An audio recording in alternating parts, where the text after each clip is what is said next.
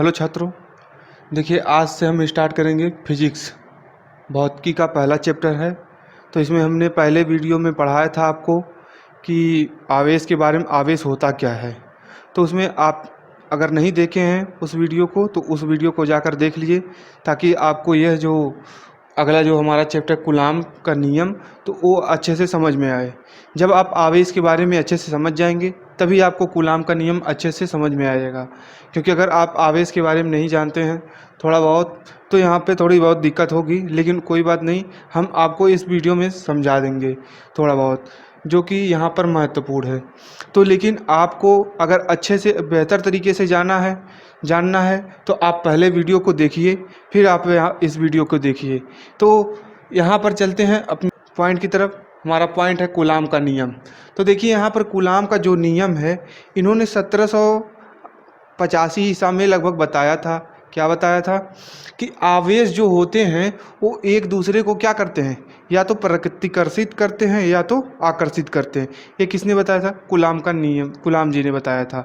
और कूलाम जी ने जो ये नियम बताया कि अगर कोई भी दो वस्तु हैं या तो आकर्षित करेंगे या तो प्रतिकर्षित करेंगे, यही नियम क्या कहलाता है? कूलाम का नियम कहलाता है। तो अगर परिभाषा इसकी देखें तो इसकी परिभाषा बहुत ही सिंपल है। तो परिभाषा देखते हैं क्या है कि दो स्थिर बिंदु आवेश, यहाँ पे क्या लिखा है? दो स्थिर बिंदु आवेशों के बीच लगने वाला आकर्षण या प्रतिकर्षण का बल दोनों आवेशों की मात्राओं के गुणनफल के अनुक्रमानुपाती तथा उनके बीच की दूरी के वर्ग के व्युत्क्रमानुपाती होता है। कैसे समझते हैं? जैसे अगर यहाँ पर बात करते हैं आकर्षण और प्रतिकर्षण, आकर्षण कहाँ पर होता है ये पहले हम बता देते हैं। अगर जहाँ पर समान प्रकार के आवेश होते हैं वहाँ पर आकर्षण होता है। जैसे अगर हम बात करें, यहाँ पर देख लीजिएगा, अगर मान लीजिए माइनस चार्ज है किसी पर, उसकी कोई दो आवेश है और एक पर माइनस चार्ज है, दूसरे पे भी माइनस चार्ज है, तो यहाँ पर हमारा क्या होगा? प्रतिकर्षण होगा।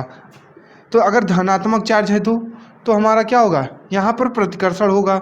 अगर यहीं पर चेंज हो जाता है, प्लस माइनस प्लस हो जाता है, तो ऐसे सिचुएशन में क्या होता है कि यहाँ पर आकर्षण हो जाता है, यहाँ पर प्रतिकर्षण हो जाता है। यहाँ पर क्या हो जाता है? प्रतिकर्षित करता है, यहाँ पर आकर्षित करता है। ठीक है, ये चीज़ें हमने आपको पहले वीडियो में बता दिया है। तो यहाँ पर हम कूलाम का नियम पढ़ रहे हैं, तो ये हमारा कथन है। कूलाम का नियम क्या है? यही इन्होंने बताया था। क्या बताया था? कि अगर कोई भी दो वस्तु होते हैं उनके बीच जो लगता है आकर्षण या प्रतिकर्षण बल, तो उन दोनों के आवेशों के मात्राओं के क्या होता है? गुणनफल के अनुक्रमानुपाती तथा उनके बीच के दूरी के वर्ग के व्युत्क्रमानुपाती होता है।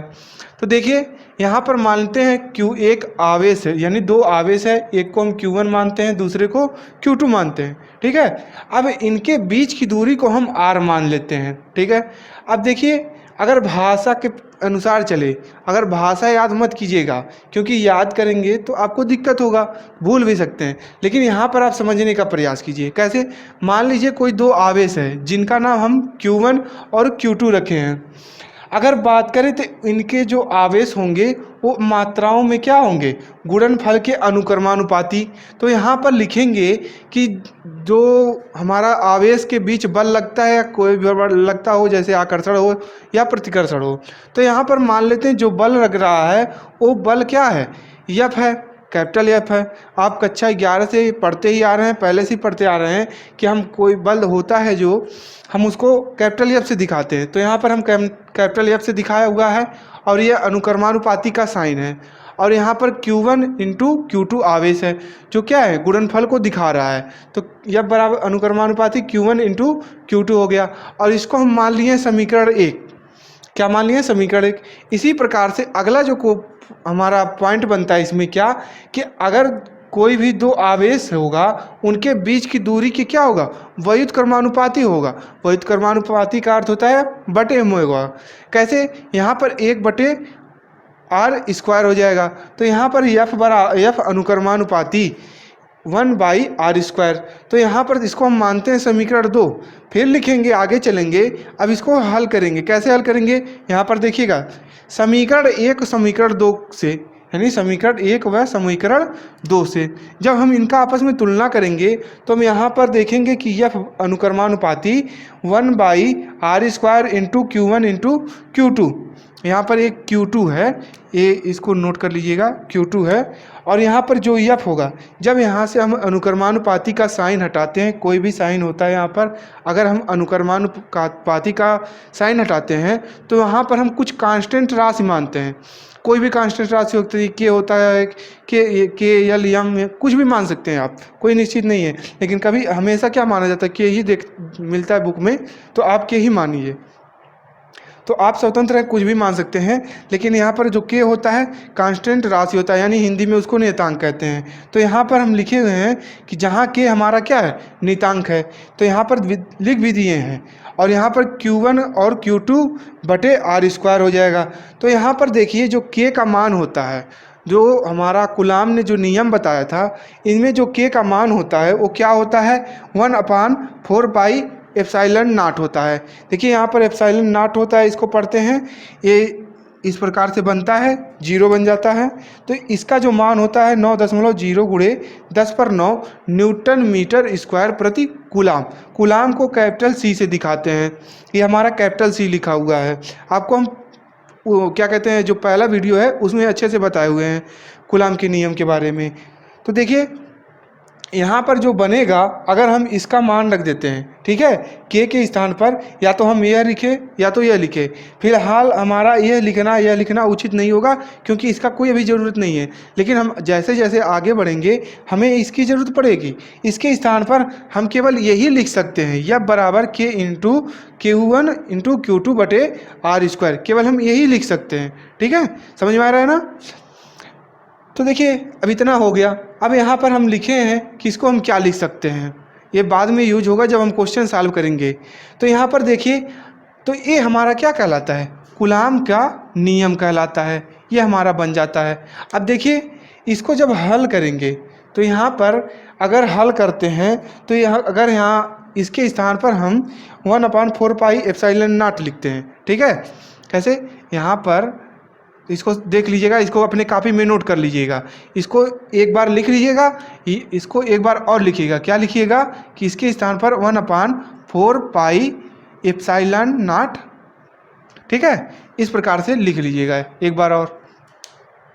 तो यहाँ पर देखिए जो हमारा एप्सिलॉन नॉट है, ये हमारा कहलाता है वैद्युतशीलता। इसको हम क्या कहते हैं, वैद्युतशीलता,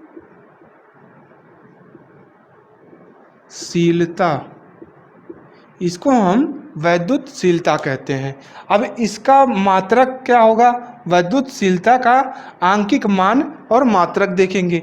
इसका जो आंकिक मान और मात्रक होता है, जैसे यहाँ पर लिखा हुआ है 1/4 एप्सिलॉन नॉट 0 इक्वल टू 9 गुणे 10⁹ इसको हम क्या करेंगे, यहाँ पर लिखेंगे। जैसे यहाँ पर देखिए लिखा हुआ है। अब इसको जब हल करेंगे तो हमको क्या निकालना है, इस एप्सिलॉन नॉट का मान निकालना है। तो जब एप्सिलॉन नॉट का मान निकालना है तो हम क्या करेंगे, पक्षांतर करेंगे। तो यहाँ से हम तिर्यक गुणा करेंगे, यानी जब हम इसको तिर्यक गुणा करेंगे, हल करेंगे, तो यहाँ पर एप्सिलॉन नॉट का जो मान होगा 1/9 क्रॉस इस प्रकार से मान लिखा जाएगा कि यहाँ पर क्या है, जो 9 गुणे 10⁹ है वो हमारा किसका मान है, इसका मान हो गया। अब देखिए यहाँ पर जो हमारा यहाँ पर, हाँ एक सेकंड, यहाँ पर हमको क्या करना है, एप्सिलॉन नॉट का मान निकालना है। तो यहाँ से हम इसका देखिए 4 तो वैसे हो गया, और पाई का मान होता है 3.14, इसका मान होता है पाई का। अब इसको जब हल करेंगे तो 8.85 गुणे 10⁻12 coulomb square newton metre square, यह मान हमारा आएगा। अब देखिए इसके वीमा की बात करते हैं, वीमा सूत्र की बात करते हैं। जब आप एक कक्षा 11 में पढ़े होंगे तो आप वहाँ पे देखे होंगे कि जब आपके क्लास टीचर पढ़ा रहे होंगे या जो हमसे पढ़ रहे हैं वो बताए होंगे उनको कि हम जो भी वीमा लिखी जाती है उसको बड़े ब्रैकेट में लिखा जाता है। ये सभी आपको ध्यान होगा बात, क्योंकि आपको ये कक्षा 11 में नोटिस कराया जाता है, क्योंकि परीक्षा में एग्ज़ाम में पूछा जाता है वीमा। तो अगर आप केवल इसके अंदर की राशि को लिखते हैं और बाहर कोष्टक नहीं लगाते हैं तो यहाँ से या तो नंबर पूरा चला जाएगा या तो उसके कुछ नंबर कट जाएंगे। अगर मान लीजिए 1 नंबर का है क्वेश्चन तो यहाँ पर आपके पूरे 1 नंबर चले जाएंगे, इसमें कोई संकोच नहीं है। ठीक है, तो इसलिए आप वीमा कभी भी लिखिए तो उसको बड़े ब्रैकेट में लिखिए। तो इसका जो वीमा होता है एप्सिलॉन नॉट का, तो यम इनवर्स यल क्यूब -3 की घात और टी पर -4 की घात और एम्पियर पे 2 की घात, ये हमारा होता है वीमा सूत्र। तो देखिए, ये अगर आपको कोई भी दिक्कत होती है, यहाँ से अगर आपको इस वीडियो में कोई दिक्कत होता है, यानी इस पॉइंट में कूलाम के नियम में कोई भी थोड़ा सा संदेह रहता है, तो आप मैसेज कर दीजिएगा, हम उस यानी कमेंट बॉक्स में मैसेज कर दीजिएगा, हम आपको उसका समाधान दे देंगे। या तो आप टेलीग्राम हमारे चैनल पे जुड़ सकते हैं, ठीक है, और आप हमें मैसेज भी कर सकते हैं, टेलीग्राम के ग्रुप पे आप मैसेज कर सकते हैं। आपको लिंक डिस्क्रिप्शन में दे दिया जाएगा टेलीग्राम के लिंक का। तो ठीक है, अब देखिए, इसको अगर आपको कोई भी सब कुछ छूट जाता है, नहीं समझ में आता है, तो वीडियो को रिवर्स कर लीजिए, पीछे चले जाइए और अच्छे से समझ लीजिए और इसको अच्छे से कॉपी में नोट कर लीजिए, क्योंकि नोट ही हमारा क्या होता है, महत्वपूर्ण होता है। अगर आप परीक्षा की तैयारी करेंगे तो आप अचानक से नोट नहीं ना बनाएंगे, आपका नोट यही बनेगा। हम आपको पूरा अच्छे से नोट बनवा देंगे, इसमें कोई बात नहीं है। जैसे हमारा ये हो गया। अब देखिए, अगर आप हमको ये वीडियो अच्छा लगता है तो आप लाइक करें, शेयर करें और अपने दोस्तों के भी साथ इसको बताएं। और अगर हमारे चैनल पर आप पहली बार आए हैं तो इसको सब्सक्राइब जरूर कर लीजिए।